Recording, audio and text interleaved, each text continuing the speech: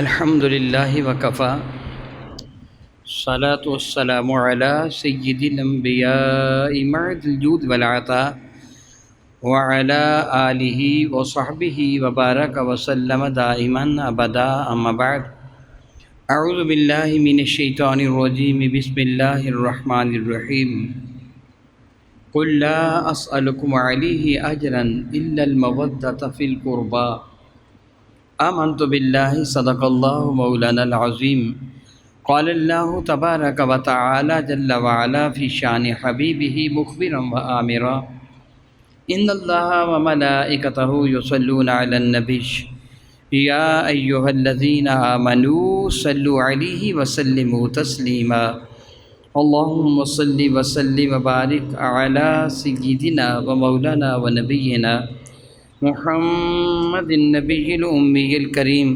وعلی آلہ واصحابہ اجمعین الصلاۃ والسلام علیک یا سیدی یا رسول اللہ الصلاۃ والسلام علیک یا سیدی یا رحمۃ للعالمین وعلی آلک واصحابک یا سیدی یا سیدی یا سیدی یا شفیع المذنبین۔ نہایت معزز محترم احباب کرام قدر، الحمدللہ تعالیٰ ثم الحمدللہ تعالیٰ رب ذوالجلال کا احسان اور کرم ہے کہ خالق کائنات جل مجدہ نے ہمیں ایمان کی دولت عطا فرمائی۔ بحمدللہ تعالیٰ ثم الحمدللہ تعالیٰ، آپ بہت مرتبہ اس موضوع پہ گفتگو سن چکے ہیں کہ اصل ایمان کیا ہے۔ اللہ تعالیٰ جل مجدہ الکریم اور اس کے رسول مرشد رحمت عالم کی محبت کی معراج کا نام ایمان ہے۔ اگر حضور سید عالم صلی اللہ علیہ وسلم یا رب کائنات میں سے دونوں میں سے کسی ایک کی محبت میں کمی ہو جائے گی تو ایمان مکمل نہیں ہو سکتا۔ آپ نے اس موضوع پہ بہت مرتبہ گفتگو سنی ہے۔ بحمدللہ تعالیٰ آپ اس بات سے بھی اچھی طرح واقف ہیں کہ منافقین نمازیں بھی پڑھتے تھے، روزے بھی رکھتے تھے، زکوٰۃ بھی دیتے تھے، جہاد بھی کرتے تھے اور کئی قتل بھی ہوئے، مگر ان کو کوئی بھی اجر نہیں ملا کہ ان کے دل میں اللہ کے نبی سے پیار نہیں تھا۔ اسی طرح منافقین کے سوا کافروں نے حرم کعبہ بھی تعمیر کیا، وہ لوگوں کو پانی پلاتے تھے، حاجیوں کی خدمت کرتے تھے، ویلفیئر کے بہت سارے کام کرتے تھے۔ بعض ایسے بھی تھے جو بچیوں کو زندہ دفن ہونے سے بچاتے تھے، مگر ان کو اجر اس لیے نہیں ملا کہ اپنے رب سے سچی محبت نہیں کرتے تھے۔ جب تک وہ بندہ اللہ تعالیٰ جل وعلا اس کے رسول سے سچی محبت نہیں کرے گا، اس کا کوئی بھی عمل قابل قبول نہیں ہوگا۔ جب وہ سچی محبت کرے گا تو اخلاص کی دولت اپنے دامن میں رکھے گا تو تب اس کا عمل قابل قبول ہے۔ بصورت دیگر وہ منافق ہے، ان المنافقین فی الدرک الاسفل من النار، اور منافق جہنم کے بدترین گڑھے میں ہیں، کافروں سے بھی زیادہ گہرے گڑھے میں منافق ہے، ان کا کوئی بھی عمل قابل قبول نہیں ہے۔ اللہ تعالیٰ جل وعلا کی محبت اور اللہ تعالیٰ جل وعلا کے نبی کی محبت یہ شرط ہے، اور ان کی محبت کا تقاضا ہے کہ جن سے یہ پیار کریں یا جو ان سے پیار کرے، جن سے یہ پیار فرمائیں یا جو ان سے پیار کرے اس سے بھی محبت کی جائے۔ بحمدللہ تعالیٰ ثم الحمدللہ تعالیٰ ہماری یہی حالت ہے۔ بطور مثال میں آپ سے ایک سوال کرتا ہوں، آپ بتائیے کیا آپ کے دل میں میرے کریم آقا رسول اللہ کی محبت ہے؟ حضور کی اہل بیت کی محبت، حضور کے صحابہ کی محبت، اولیاء اللہ کی محبت ہے؟ یہ کیوں ہے؟ اس لیے کہ یہ سارے اللہ سے محبت کرتے ہیں، اللہ ان سے محبت فرماتا ہے۔ چونکہ یہ اللہ تعالیٰ سے محبت کرتے ہیں، اللہ ان سے محبت کرتا ہے، اس لیے ہم بھی ان سے محبت کرتے ہیں۔ ابو جہل، ابو لہب، امیہ بن خلف، عاد بن وائل موجودہ زمانہ میں امریکہ کا، اسرائیل کا، بھارت کا جو صدر وزیر اعظم ہے، آپ ان سے محبت کرتے ہیں؟ کیا کرتے ہیں ان سے؟ نفرت۔ وہ کیوں کرتے ہیں؟ انہوں نے آپ کا کیا نقصان کیا کہ آپ کی جائیداد پہ قبضہ کر لیا، آپ کو گالیاں بکی؟ نہیں، کیونکہ وہ آپ کے اللہ اور آپ کے نبی سے محبت نہیں کرتے، اس لیے آپ بھی ان سے نفرت کرتے ہیں۔ تو گویا ہمارے نزدیک معیار محبت و نفرت کیا ہوا؟ جو اللہ اور اس کے رسول سے پیار کرتا ہے ہم اس سے پیار کرتے ہیں، جو اللہ اور اس کے رسول سے نفرت کرتے ہیں ہم اس سے نفرت کرتے ہیں۔ ہماری اپنی مرضی نہیں ہے، ہماری محبت اور ہماری نفرت کا معیار اللہ تعالیٰ اور اس کے رسول کے ذوات مقدسہ ہیں۔ جو ان سے پیار کرے گا ہم اس سے پیار کریں گے، جو ان سے نفرت کرے گا خواہ وہ کوئی بھی کیوں نہ ہو ہم اس سے نفرت کریں گے۔ پیار کرنے والا بازار مکہ میں بکنے والا بلال ہو ہم اس کے نالین مقدس کو سر کا تاج بنا لیں گے، نفرت کرنے والا میرے نبی کا چچا ہو تو ہم لعنت کر کے دودکار دیں گے۔ معیار محبت و نفرت اللہ اور اس کے رسول کی ذات ہے۔ بہت اچھی گفتگو فرمائی ایک اللہ کے بڑے برگزیدہ بندے نے، بات اس کو امام شافعی کی جانب منسوب کیا کہ ہم تاجر اربوجم شفیع معظم رحمت عالم کے ساتھ نسبت رکھنے والی ہر شے سے محبت رکھتے ہیں۔ بات ٹھیک ہے نا؟ نالین مقدس جو میرے کریم آقا تاجر اربوجم شفیع معظم رحمت کا جوتا نالین مبارک ہے، ہم اس سے محبت کرتے ہیں کہ نہیں؟ کتنی محبت کرتے ہیں؟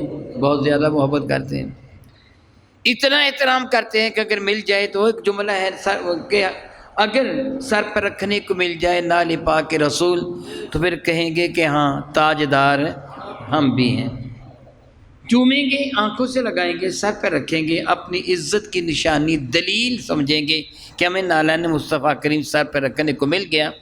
حقیقت بھی نگاہوں سے دیکھیں تو نالین پاک کسی جانور کے چمڑے کا بنا ہوا ہے، اور وہ جانور ذبح شدہ تھا یا غیر ذبح شدہ تھا، مردہ تھا، کوئی پتہ نہیں ہے۔ یاد رکھیے میرے کریم آقا علیہ السلام کی تعلیمات کے مطابق ہر جانور کا چمڑا دباغت یعنی مخصوص پراست سے جب گزارتے ہیں تو یہ پاک ہو جاتا ہے، ہر جانور کا چمڑا پاک ہو جاتا ہے۔ دو ایسے جاندار ہیں جن کا چمڑا پاک نہیں ہوتا، ایک خنزیر ہے اور ایک انسان ہے۔ خنزیر کا چمڑا اس لیے پاک نہیں ہوتا، وہ نجس العین ہے، اور انسان کی عزت و عظمت کی وجہ سے اس کا چمڑا اتارنا بھی حرام ہے اور اس کو استعمال کرنا بھی یوں حرام ہے۔ اس لیے یہ دو چمڑے ہیں، ان کے سوا باقی ہر جانور کا چمڑا پاک ہو جاتا ہے۔ اس لیے میرے کریم آقا نے نالین مقدس زیب تن فرمانے سے قبل یہ سوال کبھی بھی نہیں فرمایا یہ کس جانور کا چمڑا ہے، اور ہمارے لیے بھی یہی حکم ہے کہ تم جو جوتا خریدنا چاہو خرید سکتے ہو، چمڑے کا جوتا، تمہیں پوچھنے کی ضرورت نہیں یہ مذبوحہ جانور ہے یا غیر مذبوحہ جانور ہے، یہ کس جانور کا چمڑا ہے، پوچھنے کی ضرورت نہیں کہ ہر چمڑا پاک ہے۔ کیا بولا؟ ہر چمڑا پاک ہے۔ تھوڑی سی وضاحت کر دوں، پاک اور حلال میں فرق ہوتا ہے، پاک اور حلال میں فرق ہوتا ہے۔ بلی پاک ہے مگر حلال ہے نہیں ہے، کھانا اس کا جائز ہے۔ گدھا پاک ہے، اس کو ہاتھ لگ جائے تو آپ کا ہاتھ پلید نہیں ہوگا، اس پر سوار ہو جائیں تو کپڑے آپ کے پلید نہیں ہوں گے، مگر وہ حلال نہیں ہے۔ بات سمجھ گیا نا؟ اس لیے پاک اور چیز ہوتی ہے، حلال اور چیز ہوتی ہے۔ دوبارہ میں کہہ رہا تھا کہ جب ایک جانور کے چمڑے نے میرے نبی کے قدم چومے تو اس کا درجہ کتنا بڑھ گیا، حالانکہ وہ میرے نبی کے جسم کا حصہ نہیں ہے۔ تلوے چومے ہیں نا جو ہمارے نزدیک، میں اپنے لیے اور آپ کے لیے اب کہہ رہا ہوں، میں اپنے نبی کا نام نہیں لے رہا، اپنے لیے آپ کے لیے، ہمارے نزدیک سب سے حقیر درجہ پاؤں کا ہے، ایسے ہے نا ہمارے نزدیک۔ اسی لیے پگڑی کو پاؤں پر نہیں رکھتے کہ پگڑی عزت والی ہے، پاؤں عزت والے، یہ ہمارے پاؤں، میں اپنے پاؤں کی بات کرتا ہوں اور آپ کے پاؤں کی بات کرتا ہوں۔ ہمارے نزدیک سب سے حقیر ترین عزت کے اعتبار سے پاؤں ہیں جو زمین پہ لگتے ہیں، جوتا سر پہ نہیں رکھا جاتا، پگڑی پاؤں پہ نہیں رکھی جاتی کہ سر عزت والا ہے پاؤں عزت والے نہیں ہیں۔ وہ شے جو عام انسان کے عزت والے نہیں، میرے نبی کے تو بہت عزت والے ہیں نا، میرے نبی کے تو بہت عزت والے ہیں۔ تو جس چمڑے نے پاؤں کو چوما، تلووں کو چوما، اس کا درجہ اتنا بڑھ گیا، تو جس کے جسم میں نبی کا خون ہے، جو نبی کے جسم کا جزو ہے، اس کا درجہ کتنا بلند ہوگا، اس کی عظمتوں کا کیا کہنا ہوگا، اس کی رفتوں کا کیا کہنا ہوگا۔ میرے اور آپ کے قریب آقا رب ذوالجلال کے محبوب تاجدار عرب و عجم شفیع معظم رحمت عالم صلی اللہ تعالی وسلم نے سمجھانے کی بڑی ہی پیاری مثال دی تھی۔ فرمایا تھا احب اللہ لما یغضوکم بہ، اپنے رب سے محبت کرو، اپنے رب سے پیار کرو کہ تمہارا رب تمہیں غذا دیتا ہے، پرورش فرماتا ہے۔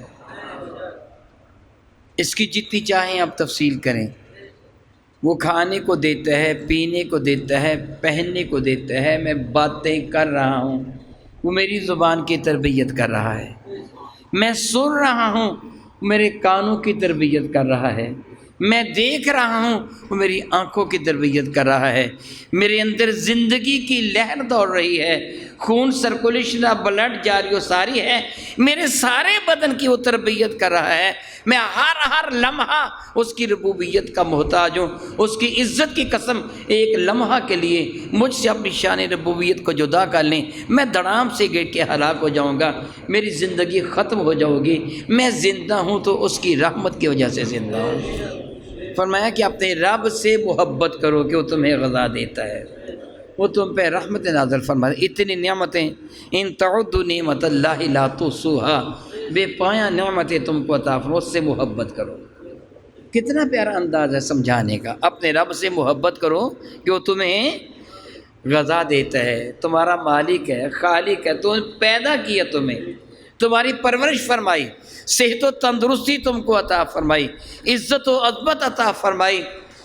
تفصیل میں نہیں جاؤں گا، آپ خود بیٹھے سوچیں کبھی تنہائی میں بیٹھ کر، روزانہ آپ کو پیشاب آتا ہے، جس کے گردے برباد ہو جائے اس سے پوچھیں کہ ایک دن کے پیشاب کی قیمت کیا ہے، جو گردوں کی واش کرواتا ہے کیا قیمت ہے، بغیر کسی خرچے کے تیرا دل چل رہا ہے، جس کا دل معاذ اللہ تعالیٰ سما فیل ہو رہا ہے اس سے پوچھیے اس کی قیمت کیا ہے، کسی نابینے سے پوچھیے آنکھوں کی قیمت کیا ہے، کسی بہرے سے پوچھیے کانوں کی، کسی گنگے سے پوچھیے زبان کی قیمت کیا ہے۔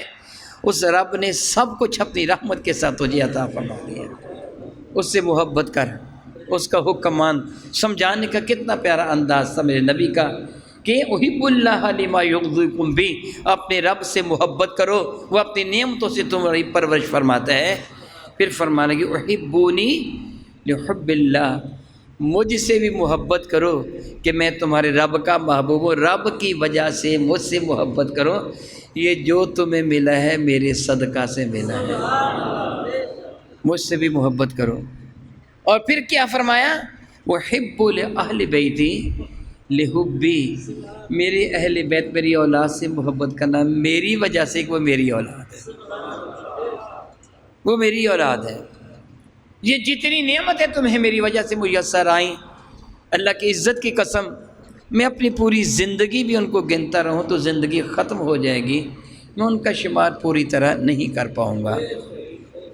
بحمد اللہ تعالیٰ ثم الحمد للہ تعالیٰ یہاں عموماً تقریباً روزانہ درس قرآن کریم رات کو ہوتا ہے، ایک دو دن پہلے کی بات ہے، رات بھی وہی حصہ تھا، میں قرآن کریم کی تفسیر پڑھا رہا تھا، پہلا پارہ ہے، کو 7واں 8واں رکوع چل رہا ہے، رب ذوالجلال کا ارشاد کرم قدر ہے وَلَقَدْ عَلِمْتُمُ الَّذِينَ اعْتَدَوْا مِنْكُمْ فِي السَّبْتِ فَقُلْنَا لَهُمْ كُونُوا قِرَدَةً خَاسِئِينَ، سورہ بقرہ شریفہ ہے۔ فرماتے ہیں وَلَقَدْ عَلِمْتُمُ الَّذِينَ اعْتَدَوْا مِنْكُمْ فِي السَّبْتِ، اے یہودیو، وَلَقَدْ اور البتہ تحقیق، تم بڑے اچھی طرح جانتے ہو، بہت اچھی طرح جانتے ہو، الَّذِينَ اعْتَدَوْا ان لوگوں کو کہ جنہوں نے حد سے تجاوز کیا تھا، منکم تم میں سے، یعنی تمہارے باپ دادا سے، فی السبت ہفتہ کے دن، فقلنا پھر ہم نے ان کو فرما دیا، کونو جاؤ ہو جاؤ سارے کے سارے، قردۃً بندر، خاسئین ذلیل بندر ہو جاؤ، عام بندر نہیں، ایک تو عام بندر ہے نا وہ بھی ذلیل ہے انسان کے مقابلہ میں، لیکن بطور خاص ذلیل کہ ہلاک و برباد ہو جانے والے بندر بن جاؤ۔ یہ کیا واقعہ پیش آیا تھا؟ بنی اسرائیل کا زمانہ تھا، رب ذوالجلال نے حضرت سیدنا موسیٰ کلیم اللہ کی قوم ہے بنی اسرائیل، تورات کے ماننے والے، حضرت سیدنا موسیٰ کلیم اللہ کی یہ قوم، ان کی امت، ان کو ماننے والے یہودی، ان کو حکم تھا رب کائنات کی جانب سے تم ہفتہ کے دن عبادت کرو گے۔ یہودیوں کی عبادت کا دن کون سا ہے؟ ہفتے کا دن۔ اللہ تعالیٰ نے جو عیسائی ان کے یہودیوں کے بعد آئے ان کو ان کے بعد والا دن عطا فرما دیا اتوار۔ یہودیوں کو پہلا دن دیا کون سا؟ ہفتہ۔ عیسائیوں کو بعد والا، ہم ان کے بعد آئے، ہمیں کون سا ملنا چاہیے تھا؟ پیر۔ لیکن اللہ نے کرم کیا، سب سے پہلا جمعہ ہمیں عطا کر دیا، ان کو بعد والے دن، ہمیں ان سے پہلا دن۔ اور فضیلت کے اعتبار سے یہ اتنا بلند مرتبے والا دن ہے نا، میرے نبی نے اس کو عید قرار دیا۔ کبھی انشاءاللہ تعالی اس موضوع پہ میں کروں گا بھی اللہ نے چاہا تو۔ حضرت آدم بھی اسی دن پیدا ہوئے ہیں، ان کو زمین پر بھی اسی دن اتارا گیا، ان کی رحلت بھی اسی دن ہوگی، فرشتے بکثرت اسی دن اترتے ہیں، قیامت بھی جمعہ کے دن ہی قائم ہوگی۔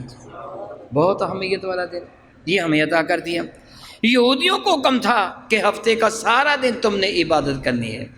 کیا بولا؟ ہفتے کا طلوع فجر سے لے کے غروب آفتاب تک۔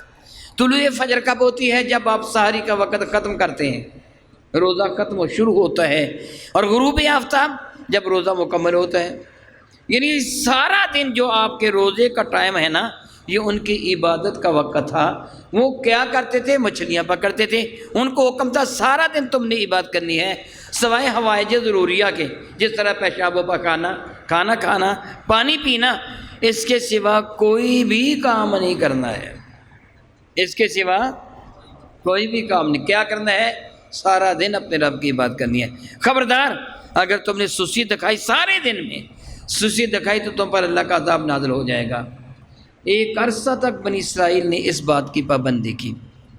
بعض وہ تھے جو دریا کے کنارے پر تھے، ہر بندے کا اپنا اپنا کام، جو صحرا میں رہنے والا اس کا اپنا کام، جو دریا کے کنارے رہنے والے تھے وہ یہ مچھیرے تھے، مچھلیاں پکڑنے والے۔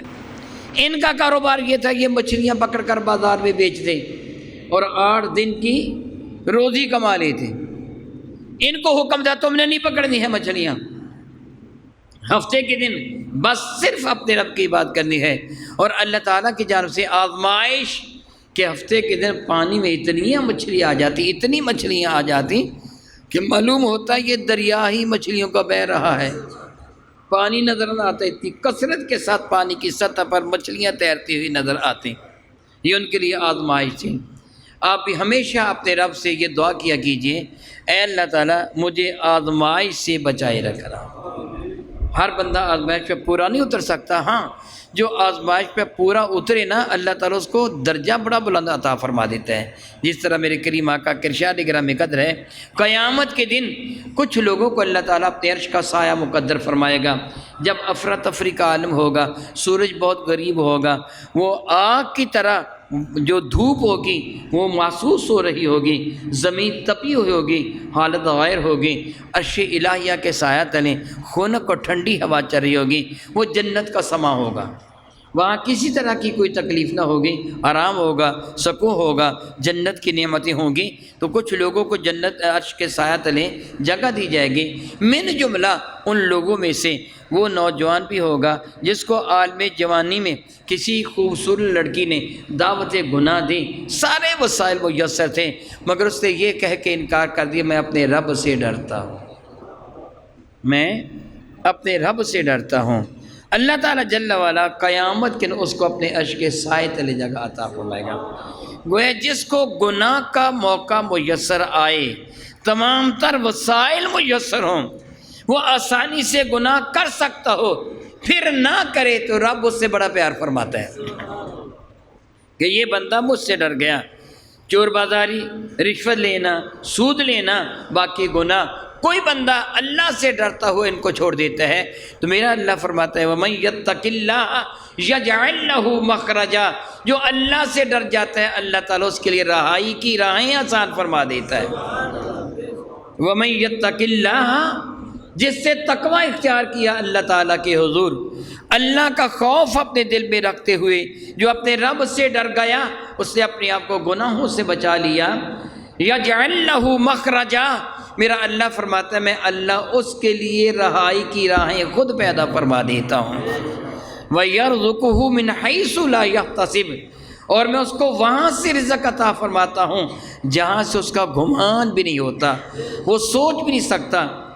وَمَن يَتَوَكَّلْ عَلَى اللَّهِ، اور پھر جو اللہ پر بھروسہ کرتا ہے، اپنے آپ کو اپنے رب کے حوالے کر دیتا ہے، وَمَن يَتَوَكَّلْ عَلَى اللَّهِ فَهُوَ حَسْبُهُ، پھر اس کے لیے اللہ کافی ہو جاتا ہے، گویا اس کو اپنے دامن کرم میں پھر پناہ دے لیتا ہے، جو اپنے آپ کو اپنے رب کے حوالے کر دیتا ہے۔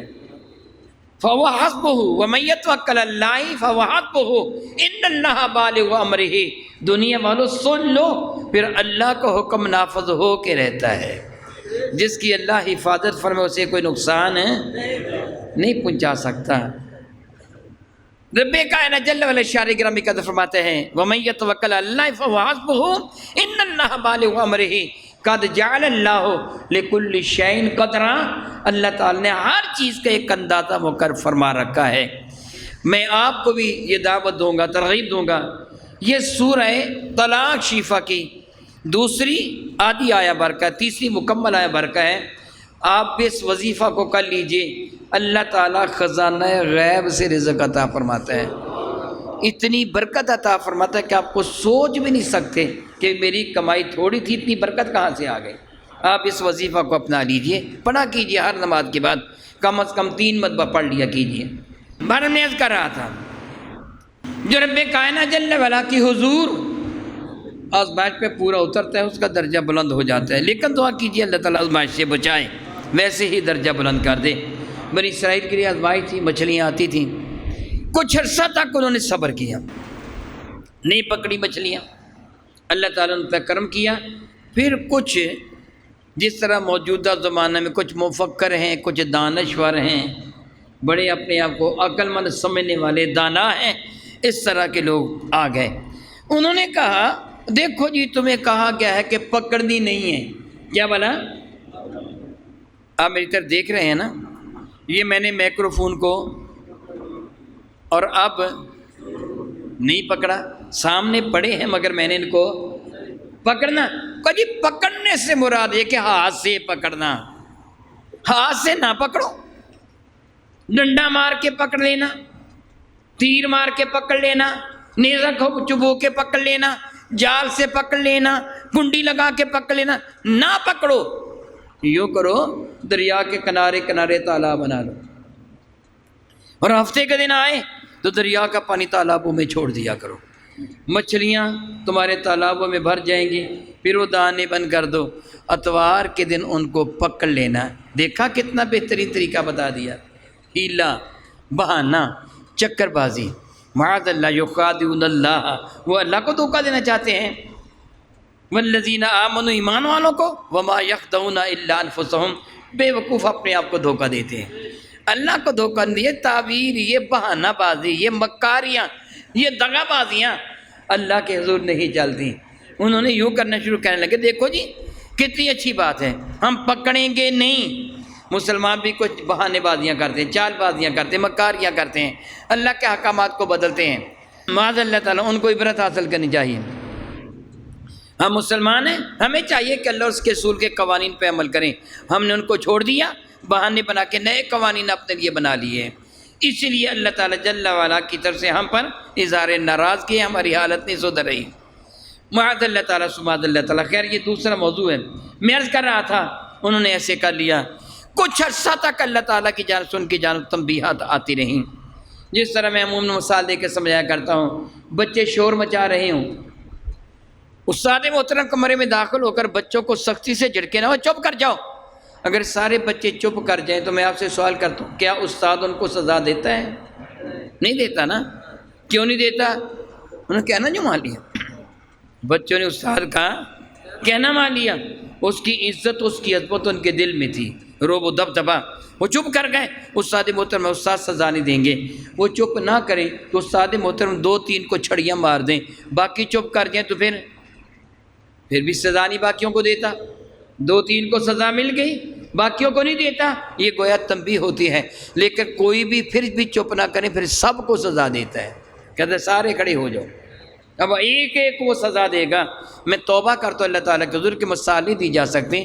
پہلے اللہ تعالیٰ بھی تمہیں تنبیہ فرماتا ہے، ہلکی ہلکی سزا دیتا ہے، تم نہیں مانتے پھر کچھ بڑھ جاتی ہے، جب سرے سے نہیں مانتے پھر کہتے جی اب تو کاروبار ہی ختم ہو گیا جی، پہلے کبھی کبھی نماز چھوڑا کرتے تھے تو پھر چھوڑنی شروع کر دی تو اب کاروبار ہی ختم ہو گیا۔ جب کاروبار ختم ہو گیا پھر وظیفہ پوچھتے ہیں، اور وظیفہ بھی کب فائدہ دے گا؟ ٹائم زیادہ ہو رہا ہے لیکن مجھے سمجھانا ضروری ہے۔ وظیفہ پوچھتے ہیں نا جی، شاہ جی کو وظیفہ بتا دو، میں نے بھی وظیفہ بتایا بھی ہے نا، اور بتایا کہ نہیں؟ پوچھتے ہیں شاہ جی کو وظیفہ بتا دو، میں بتا دیتا ہوں، پھر مہینے دو مہینے کے بعد آتے کہتے جی فائدہ نہیں ہوا۔ کیا کہتے ہیں؟ میں نے ایک پڑھا، ایک کتاب میں واقعہ پڑھا کہ کسی گاؤں کے کنویں میں کتا گر گیا۔ گاؤں والے مولوی صاحب کے پاس آئے، کہنے لگے جی مولوی صاحب کتا گر گیا۔ مولوی صاحب نے فرمایا کہ 100 ڈول پانی کا تیز تیز نکال دو، تیزی کے ساتھ 100 ڈول پانی کا نکال دو، گویا کنواں خالی ہو جائے گا۔ جی ٹھیک ہے جی، وہ گئے 100 ڈول پانی کا نکال دیا، پھر آ کر مولوی صاحب 100 ڈول نکال دیا، پانی پاک ہو گیا۔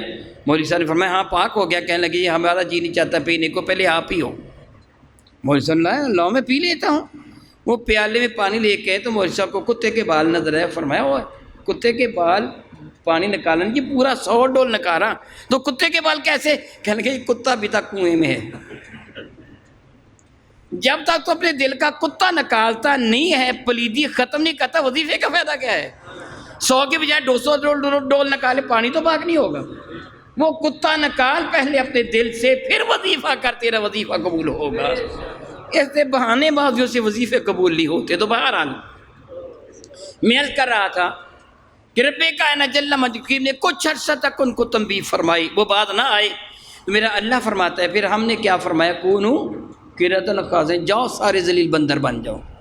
معاذ اللہ تعالیٰ سبحان اللہ تعالیٰ، وہ رات سوئے تو انسان تھے، اگلے دن انہوں نے صبح مچھلیاں پکڑنی تھیں، ہفتے کے دن سوئے تو انسان تھے، صبح اٹھے تو بندر بن چکے تھے۔ اللہ یعوذ باللہ تعالیٰ ثم اللہ یعوذ باللہ تعالیٰ۔ مفسرین کرام نقل فرماتے ہیں ان کے چہرے، شکل، صورت، حیت، قضائی ساری بندروں کی تھی، اور ان کے اندر روح انسان والی ہی تھی۔ وہ رو رہے تھے، چیخ رہے تھے، چلا رہے تھے، مسلسل آنکھوں سے آنسو بہہ رہے تھے۔ وہ ہاتھ جوڑ جوڑ کر ان لوگوں کے پاؤں چاٹ رہے تھے جن لوگوں نے ان کو منع کیا تھا مچھلیاں نہ پکڑنا، کہ یہ سلامت رہ گئے تھے، مچھلیاں پکڑنے والوں کو بندر بنا دیا تھا۔ وہ کہہ رہے تھے ہمارے حق میں دعا کرو تاکہ ہماری صورتیں صحیح ہو جائیں، لیکن اب تو عذاب نازل ہو چکا تھا۔ علماء نے تحقیق کیا کہ 3 دن کے اندر اندر وہ سارے ہلاک کر دیے گئے۔ اب میں آپ سے ایک سوال کرنا چاہتا ہوں، یہودیوں پر کون سا دن تھا؟ سارے بلند آواز ذرا، ہفتے کا دن تھا۔ کب سے کب تک عبادت کرنا تھی؟ طلوع فجر سے لے کے غروب آفتاب تک، پورا دن، سارا دن سستی نہیں کرنی ہے۔ اگر سستی کی تو سزا ملے گی، سستی کی تو سزا ملے گی۔ ہفتے کے دن کو ان کو حکم تھا، اور تمہیں کون سا دن ملا ہے جی؟ اور کتنی دیر تم نے عبادت کرنی ہے؟ سوچئے۔ میرا اللہ فرماتا ہے یا ایھا الذین آمنوا اذا نودی للصلاۃ من یوم الجمعۃ فاسعوا الی ذکر اللہ وذروا البیع ذالکم خیر لکم ان کنتم تعلمون۔ ایمان والو، جب جمعہ کے دن اذان دے دی جائے، اس سے مراد دوسری اذان ہے جس کے بعد عربی میں خطبہ پڑھا جاتا ہے، جو اب ہوگی۔ یہ پہلی اذان حضرت عثمان غنی نے شروع کروائی تھی، یہ اس وقت اذان نہیں تھی۔ دوسری اذان جو اب ہوگی وہ اذان مراد ہے۔ ایمان والو، اذا نودی للصلاۃ، جب جمعے کی اذان ہو جائے، فاسعوا الی ذکر اللہ، اللہ کے ذکر کی جانب دوڑو، وذروا البیع، خرید و فروخت کو چھوڑ دو، کاروبار دنیا کو ترک کر دو، دوڑو اللہ تعالیٰ جل وعلا کی عبادت کے لیے۔ اور کب تک عبادت کرو؟ اشارے کرام میں فرماتا ہے فَإِذَا قُضِيَتِ الصَّلَاةُ فَانتَشِرُوا فِي الْأَرْضِ، جب نماز ہو چکے زمین میں پھیل جاؤ۔ وَابْتَغُوا مِن فَضْلِ اللَّهِ، چھٹی ہو گئی، اب اللہ کا رزق جیسے چاہو تلاش کرو۔ کتنی دیر عبادت کرنی ہے؟ اذان جمعہ سے لے کے جماعت جمعہ تک کتنی دیر لگ جائے گی؟ اذان کے بعد خطبہ ہے، کتنی دیر لگ جائے گی؟ چلو 5-10 منٹ لگ جائیں گے، پھر جماعت ہے، ملا کر آدھا گھنٹہ لگا لیں۔ وہ 24 گھنٹوں میں تجھے آدھا گھنٹہ عبادت کا حکم دیا، میں یقین کے ساتھ کہتا ہوں، آپ بہت سارے دوستوں کو جانتے ہوں گے جنہوں نے زندگی میں کبھی جمعہ پڑھا ہی نہیں ہے، حالانکہ مسلمان خود کو کہلواتے ہیں، نماز کبھی پڑھی ہی نہیں ہے حالانکہ خود کو مسلمان کہلواتے ہیں۔ ان کو سارے دن کی پابندی تھی، انہوں نے کوتاہی کی چند مہینے، ان کو اللہ نے بندر بنا دیا۔ ہم پیدا ہونے سے لے کے آج تک کوتاہی کر رہے ہیں، ہماری شکلیں کیوں نہیں بگڑی؟ ہمیں تو تھوڑا سا وقت دیا گیا تھا، زیادہ سزا چاہیے تھی، کیوں نہیں شکلیں بگڑی؟ سبب یہ ہے کہ میرے نبی نے رب سے مانگا تھا، مولا میری امت کی شکلوں کو نہ بگاڑ۔ میرے نبی نے رب سے دعا مانگی تھی، اور رب کائنات جل وعلا نے بھی میرے نبی کو خبر دی، ما کان اللہ لیعذبہم وانت فیہم، محبوب میں ان کو صرف اس لیے عذاب نہیں دوں گا کہ تو ان کے اندر موجود ہے۔ تو پھر بتائیے، یہ جملہ اگر میں کہہ دوں کہ اللہ کی عزت کی قسم اگر میری شکل سلامت ہے تو آپ کی شکل سلامت ہے، تو پھر کس کی وسیلہ سے ہے؟ میرے نبی کے وسیلہ سے۔ اگر ہم اللہ کے عذاب سے بچے ہوئے ہیں تو کس کی وجہ سے؟ حضور کی وجہ سے۔ اگر ہمیں یہ نعمتیں ملی ہیں تو کس کی وجہ سے؟ حضور کی وجہ سے۔ میرا اللہ فرماتے ہیں ان تعدوا نعمت اللہ لا تحصوها، اگر تم اللہ کی نعمتوں کو گنتی کرنا چاہو گن نہیں سکتے۔ یہ بے پناہ نعمتیں، یہ انعامات، یہ عذاب سے بچ جانا میرے نبی کی وجہ سے۔ پھر میرے نبی کو میرا اللہ فرماتا کل، اے محبوب ان سے فرما دیجئے کیا؟ لا اسألکم علیہ اجرا، میں ان ساری نعمتوں کی عطا پر جو میرے وسیلہ سے تمہارے رب نے عطا فرمائی، میں کوئی اجر نہیں مانگتا، الا المودۃ فی القربى، ہاں البتہ میرے قریبیوں سے پیار تو کر لو، اتنا تو ہو جائے، اتنا تو ہو جائے۔ اگر کسی سے تم محبت کرتے ہو تو اس کے ساتھ منصوبہ ہر شے سے تم محبت کرو گے، پیار کرو گے اس کے ساتھ، کہ وہ اس محبوب کے ساتھ منصوب ہے، میں پھر ان سے محبت کر لوں۔ اگرچہ علماء اکرام نے، مفسرین اکرام نے یہ بھی ارشاد فرمایا ہے کہ رسول رحمت نے قریش مکہ کو فرمایا تھا، دیکھو اور کچھ نہیں تو کم از کم اتنا ہی خیال کر لو میں تمہارا رشتہ دار ہوں۔ سیدنا امام زین العابدین علی اوسط رضی اللہ تعالی عنہ جب گرفتار ہو کر دربار یزید میں پہنچے تھے تو ایک شخص نے آپ سے گفتگو کی تو آپ نے قرآن کریم کی یہی آیہ بارکہ تلاوت فرمائی تھی، قل لا اسألکم علیہ اجرا الا المودۃ فی القربى، یہ آیہ بارکہ تلاوت فرمائی تھی۔ تو اس شخص سے سوال کیا، بتاؤ کیا اس آیہ بارکہ سے تم مراد ہو؟ تو سیدنا امام زین العابدین نے فرمایا تھا، پھر بتا اگر ہم نہیں تو پھر اور کون مراد ہو سکتا ہے؟ یعنی ہم ہی مراد ہیں، ہم ہی مراد ہیں اس آیہ مبارکہ کے، جو رب کائنات جل وعلا نے اپنے محبوب مکرم کے توسط سے تمہیں ارشاد فرمایا ہے کہ تم میری اہل بیت اطہار، میری اہل بیت، میری اولاد، میرے متعلقین سے جو میرے قریبی ہیں، جس اعتبار سے بھی قریبی ہیں، ان کے ساتھ محبت کرو۔ امام شافعی رحمۃ اللہ تعالی بڑا خوبصورت جملہ فرماتے ہیں، اے رسول رحمت کے اہل بیت اطہار، اس سے بڑھ کر آپ کی فضیلت اور کیا ہو سکتی ہے کہ آپ پر نماز میں درود کا پڑھنا فرض ہے۔ اس وقت تک میری نماز قبول نہیں ہوتی جب تک میں آپ پہ درود و سلام نہیں بھیج دیتا۔ یاد رکھیے امام شافعی کے نزدیک درود پاک کا پڑھنا نماز میں فرض ہے۔ ہم پڑھتے ہیں نا، یاد ہے نا، اللہم صلی علی محمد وعلی آل محمد کما صلیت علی ابراہیم، فرماتے جب تک میں تم پر درود و سلام نہیں بھیجتا میری تو نماز بھی قبول نہیں ہوتی۔ گویا میری ذمہ داری، میری فرائض میں یہ بات شامل ہے کہ یا رسول اللہ علیہ الصلوۃ والسلام جو آپ کی اہل بیت ہے، آپ کی نسل پاک ہے، آپ کی اولاد ہے، آپ کے متعلقین ہیں، آپ کی آل پاک ہیں، میں ان سے پیار کروں اور ان سے محبت کروں۔ سبحان اللہ و بحمدہ، میں اللہ تعالیٰ کا ایک بار سے شکر ادا کرتا ہوں۔ الحمدللہ تعالیٰ، الحمدللہ تعالیٰ، الحمدللہ تعالیٰ، ہم اہل سنت و جماعت والے نبی کے سارے قریبیوں سے محبت کرتے ہیں۔ نبی کے الا المودۃ فی القربى، کوئی کسی بھی انداز سے اس کی تفسیر بیان کرے، قربا کے اعتبار سے کسی بھی انداز سے تفسیر بیان کرے ہم ہر اس سے محبت کرتے ہیں جس کو بھی نبی کا قرب میسر ہے، خواہ وہ صحابہ ہیں خواہ وہ اہل بیت ہیں، یہ تو پھر بھی انسان ہے نا۔ ہم تو گنبد خضرا سے بھی محبت کرتے ہیں، ہم تو مدینہ طیبہ کے سنگریزوں سے بھی محبت کرتے ہیں، ہم تو مدینہ طیبہ کی مٹی سے بھی محبت کرتے ہیں۔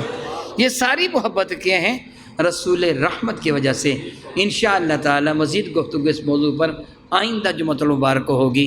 میں دعا کرتا ہوں اے اللہ تعالی جب تک ہم زندہ رہیں تیرے اور تیرے محبوب مکرم کی محبت میں زندہ رہیں، ہمیں آخری ہچکی آئے تو تیرے اور تیرے نبی کے پیار میں آئے، قیامت کے دن اٹھیں تو تیری رحمت کا اور تیرے نبی کے دامن کرم کا سایہ ہمارا مقدر بنے۔